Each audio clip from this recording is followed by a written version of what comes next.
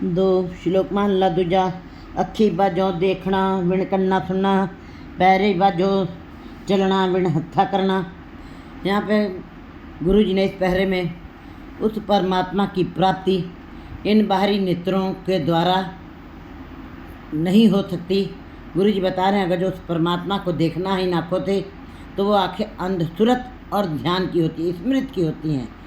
वो वाली आँखें जो ज्ञान की आँखें जब खुल जाती हैं, ज्ञान अंजन गुरु दिया ज्ञान अंधेर विनाश, जब अज्ञानता का अंधेरा दूर होता है गुरु शब्द के द्वारा तुम्हारे उन नेत्रों के अंदर प्रकाश डाल देता है, तब इन नेत्रों से, अंदर के नेत्रों से, ज्ञान के नेत्रों से और स्मृत ध्यान के नेत्रों से उस परमात्मा को देखा जा सकता है, प्राप्त किया जा सकता है। ये आँखें होते हुए भी इन आँखों से हम नहीं देख सकते। ये संसारिक आँखें हैं, ये संसार को देख रही हैं, बाजार को देख रही हैं। इसलिए गुरु जी बता रहे हैं कि बिन कन्ना सुनना और बिना कानों से, ये वाले जो नेत्र हैं ये वज्र का पाठ हैं। ये तो बाहरी बातें सुनने, ये तो संसार की चर्चा में ही मग्न रहते हैं। संसार की चर्चा को सुनना, संसार की चर्चा को अपने अंदर मनन करना, उसी का आनंद लेना, ये बाहरी कान है। एक आंतरिक कान है जो परमात्मा को प्राप्त करने के लिए हमें अपने उस परमात्मा को पाने के लिए कहते हैं कि कानों का नहीं बल्कि श्रद्धा और विश्वास और प्रेम, श्रद्धा विश्वास और प्रेम के हमें कानों को सचेत करना पड़ेगा, उनको जागृति देनी पड़ेगी। ये बाहरी कान हैं, इन बाहरी कानों से कभी भी परमात्मा के नाम को न सुना जा सकता है और न सुन करके प्राप्त किया जा सकता है। जब तक श्रद्धा प्रेम विश्वास के अंदर नेत्र नहीं खुलेंगे, कान जो है जब तक सुचेत नहीं होंगे तब तक हम उस परमात्मा के को सुन नहीं सकते हैं पूरी तरीके से। उसके लिए हमें श्रद्धा विश्वास वाले श्रवणों की ज़रूरत है। पैरी बाजो चलना, और पैरों के बगैर ये पैर संसार में चल रहे हैं, ये पैर गुरुद्वारे में नहीं जा रहे हैं, ये पैर बाजार में ही रमण कर, ये पैर परिवार में ही बस रहे हैं, परिवार का ही आनंद ले रहे हैं, संसार का ही आनंद ले रहे हैं। पैरों कैसे बिना पैरों के कैसे चल रहा है उसको प्राप्त किया जा सकता है। अपने कर्म अच्छे करो, हरि को नाम जप निर्मल कर्म, यही सबसे निर्मल कर्म है, श्रेष्ठ कर्म है। हरि का नाम जपना, और बिना पैरों से ही तुम उस परमात्मा को पालोगे। बिना हत्था करना, और इन हाथों से संसार में रहते हुए इन हाथों से, ये वाले हाथों से नहीं, अंदर से दान पुण्य, अंदर से वो वाले कर्मों का भाव पैदा हो जाए। कहते बिना पैरों के चलना नहीं है और कर्मों के बिना ईश्वर को प्राप्त नहीं किया जा सकता है। और हाथों से मानसिक रूप से उसकी पूजा हमें करनी है। मानसिक रूप से अंदर से अंतर्गत तीर्थ में जाओ, वो परमात्मा सदा ही सरगुण रूप में है। सरगुण निर्गुण निरंकार शून्य समाधि आप, जब कुछ भी नहीं था वो सरगुण रूप में, निर्गुण रूप में बैठा था। निर्गुण रूप में सूक्ष्म रूप, वो अपने आप में स्वयं अकेला बैठा हुआ था, उसको निर्गुण रूप कहा जाता है। फिर उसने अपनी आप ही माया फैलाई, उसने सरगुण रूप बना दिया। ये नदियाँ, ये तारे, ये नदियाँ, तारे, जल, थल, नभ और जितना भी सारा जीव जंतु पशु मनुष्य, ये जितने भी कार्य व्यवहार कर रहे हैं, चल रहे हैं, खा रहे हैं, पी रहे हैं, ये उसी का सरगुण रूप है। और निर्गुण रूप में तो उसका कोई रूप नहीं है। सहत तो नैन नन नैन है तो ही को, सहत मूरत नन्ना एक तो ही। सहत पद है, उनके हजारों पैर हैं। सहत पद विमल नन्ना एक पद गंध बिन, सहत तो गंध ये चलत वहीं। वो हजारों पैरों के सरगुण रूप में जो जीव चल रहे हैं, खा रहे हैं, पी रहे हैं, कार्य व्यवहार करेंगे, उसका सरगुण रूप है तो उसके हजारों पैर हैं, हजारों आँखें हैं, लेकिन अंत में वो एक ही है, वो उसका निर्गुण रूप है, वो एक हो जाता है।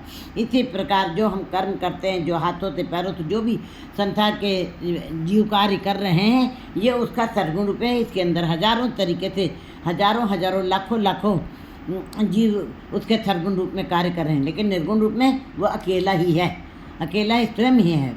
6 कर 6 गुरु 6 उपदेश, जैसे कि 6 स्मृतियाँ लिखी गई और स्मृतियों को लिखने वाले गुरु अनेक थे, 6 गुरु थे। 6 कर 6 गुरु 6 उपदेश थे, उनके उपदेश अलग अलग थे, लेकिन कहते हैं 6 कर 6 गुरु 6 उपदेश, गुरु एको वेतनिक। लेकिन गुरु तो नाम तो अलग अलग थे, 6 को लिखने वाले अलग अलग थे, लेकिन लिखवाने वाला वो एक ईश्वर था। वो अपने ही वेश में निर्गुण रूप में बैठ करके वो लिखवा रहा है।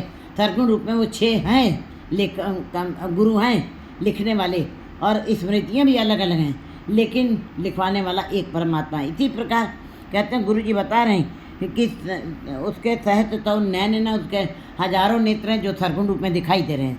नैन नन नैन है तो को तहत मूर्त, हजारों मूर्तें होते हुए आखिर में एक है। ये उसका निर्गुण पे सूक्ष्म रूप है।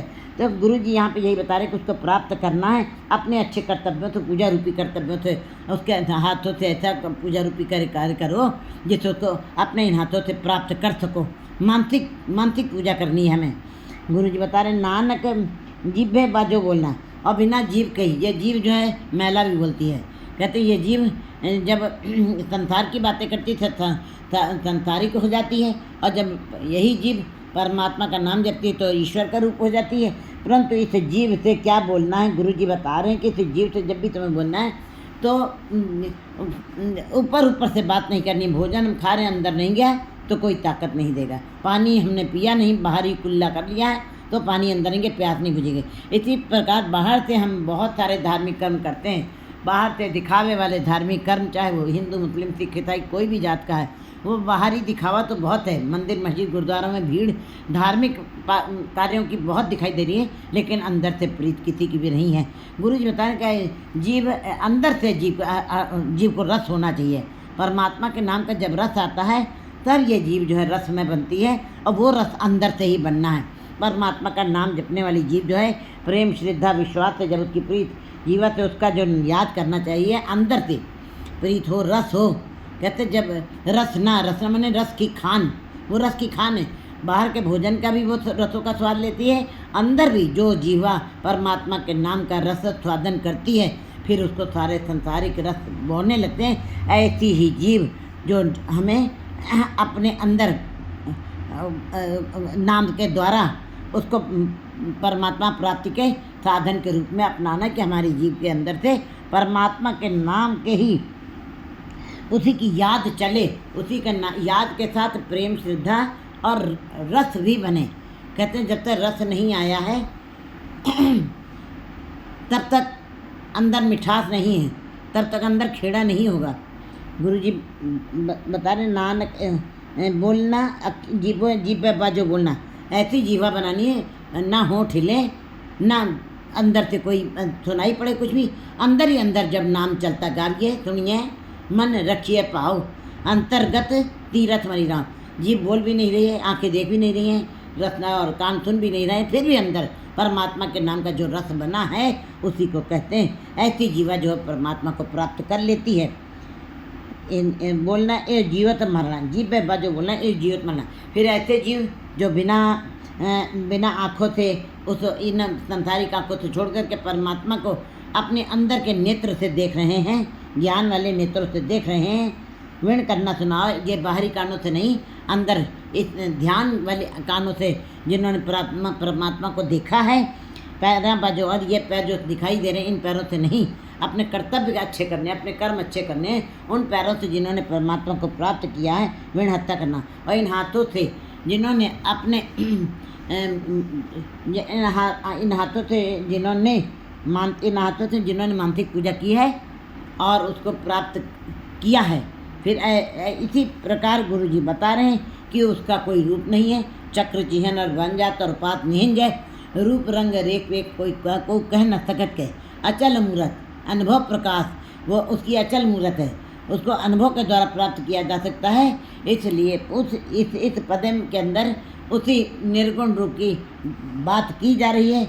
निर्गुण और सरगुण दोनों रूपों को देखते हुए उस परमात्मा की प्राप्ति का साधन बताया गुरु जी ने। नानक हुक्म, ऐसे जीव जो हैं फिर अंदर से अपने अहंग भाव को ख़त्म कर देते हैं, विकारों को जीते जी अपने मन मरे धातु मर जाए, जीते जी मन को मार देते हैं और धातु अंदर से मर जाती है। माया जो जीव के ऊपर हावी रहती है सदा, ऐसे जीवों के ऊपर माया हावी नहीं होती है। वो अपने आप को जीते जिन विकारों की तरफ से मार देते हैं, काम क्रोध लोभ मोह अहंकार आदि विकारों को ख़त्म कर देते हैं ईश्वर के नाम से। नानक को हुक्म पहचान के तो खत में मिलना, कहते जो परमात्मा के हुक्म को पहचान लेते हैं, उसकी रजा को मानते हैं, उसके भाणे को मानते हैं, जो कुछ करना तो करे, जो तुझ पावे साई परिकर। जो इस तरह जिनको गुरु के शब्द के साथ जुड़ करके ज्ञान प्राप्त हो गया है, खत्म मिलना, ऐसे फिर जीव जो है उस खत्म परमात्मा पति से मिलाप कर लेते हैं, जो जीवन का उद्देश्य है जीव के। एक महला दूजा।